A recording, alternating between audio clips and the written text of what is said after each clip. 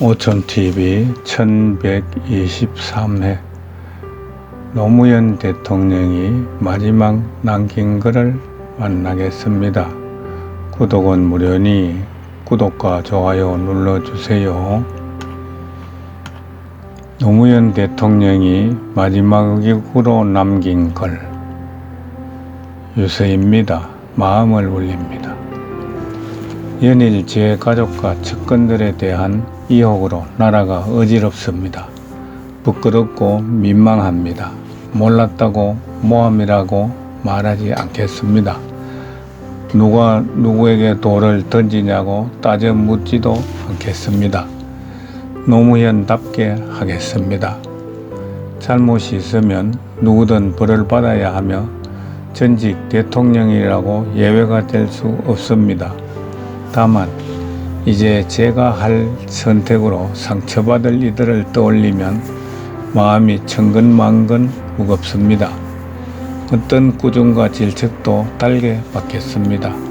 그 서운하고 노여운 마음, 부디 저의 마지막 진심을 담은 이 편지로 조금이라도 달래시기를 빕니다.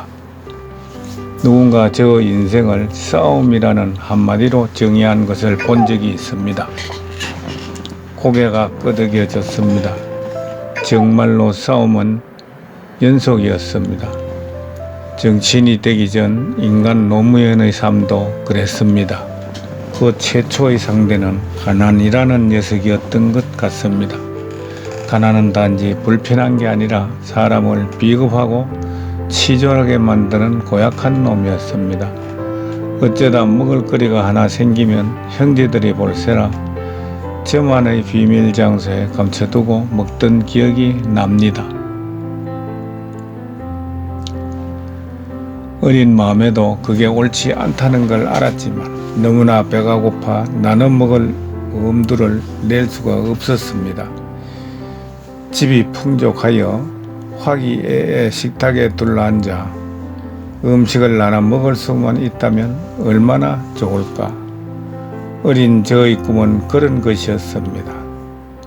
그 가난과의 긴 싸움을 끝냈을 때 저는 어느새 처자식을 거느린 한 집안의 가장이 되어 있었습니다. 세무 전문 변호사로 돈을 좀 만지고 있었습니다. 무엇보다 기뻤던 건 제 아이들이 어린 날의 저처럼 먹을 것 숨겨두고 먹지 않아도 된다는 사실이었습니다. 양보해라, 나눠 먹어라, 힘주어 말할 수 있게 됐습니다. 성공한 사람들과 어울려 요트도 타고 멋도 좀 부렸습니다. 한 사람은 그 시절을 가장 행복했던 시간으로 종종 추억하곤 합니다. 정말로 이제 행복할 일만 남은 것 같았습니다. 그 행복은 그러나 오래가지 못했습니다. 부끄럽게도 저는 그 나이가 되도록 사회에 대해 진지하게 고민해 본 적이 없었습니다. 눈앞에서 나와 내 가족의 목을 죄는 가난과 싸우느라 그럴 여유가 없었던 것입니다. 그러나 점점 그런 것들이 보이기 시작했습니다.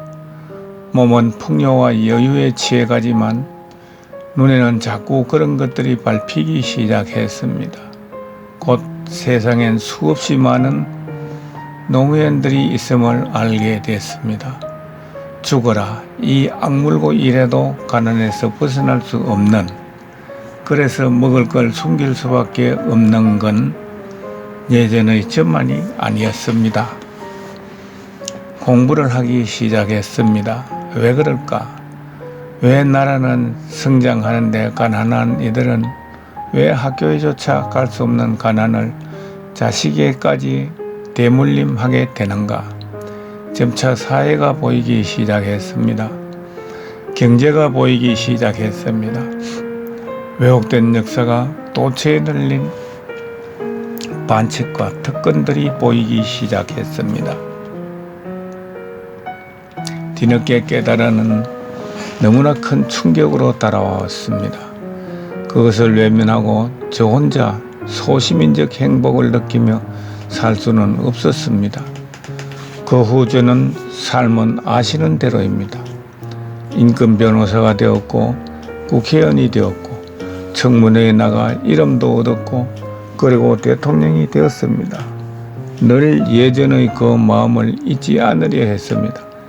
돈이 없고 힘이 없어 세상으로부터 매맞고 짓밟히는 이들 편에 서고자 했습니다. 그 눈물을 멈추게 할 힘이 내게 없다면 최소한 내 손등으로 닦아주기라도 해야 한다고 생각했습니다. 모두들 대세니 주륜이 하는 것에 우르르 몰려갈 때 원칙을 지키며 버티려 했습니다. 계란으로 바위치기라고 비웃음 살 때도 그 바위가 잘못된 것이라면 내 몸이 박살나더라도 부딪혀야 한다고 생각했습니다. 그래야 그 바위가 잘못되었다는 표시라도 나지 않겠습니까? 저를 굉장한 싸움꾼처럼 보는 시선이 있습니다. 저도 그랬으면 좋겠습니다 싶습니다. 하지만 저는 여러분과 마찬가지로 겁도 많고 무서운 것도 많은 그런 보통 사람입니다. 삼당 합당에 반대하고 제야의 길을 선택하며 큰 소리는 쳤지만 사실은 밤에 잠을 이루지 못했습니다. 따놓은 땅상이라던 종로를 버리고 부산으로 내려갈 때도 대통령 당선 확정을 통보받고도 다리가 떨려 의자에서 일어나지 못할 만큼 두려웠습니다. 제가 대담한 강골이었다면 안 그랬을 것입니다. 그렇게 겁이 나도 그런 선택들을 한 이유는 한 가지입니다. 사람이 사람답게 사는 세상 한번 만들어보고 싶어서였습니다. 힘없다고 짓밟히지 않는 세상, 한번 가난하면 죽을 때까지 가난한 게 아니라 열심히 노력하면 일어날 수 있는 세상, 명백한 부정에 타협하고 고개 숙여야 살아남는 세상이 아니라 개인의 양심에 따라 이 있습니다 라고 외칠 수 있는 세상에 내 아이들을 살게 해주고 싶었기 때문입니다. 아무것도 아닌 저를 대통령으로 뽑아주신 국민의 뜻도 그랬을 것입니다. 노무현은 짓밟혀도 됩니다. 무너져도 됩니다. 하지만 노무현을 지지했던 이들과 그들이 꾼 꿈은 짓밟히고 무너져선 안 됩니다. 그 꿈은 이 나라의 미래입니다. 우리의 아이들뿐 아니라 아직 오지 않은 그 아이들의 아이들도 살아가야 할 나라입니다.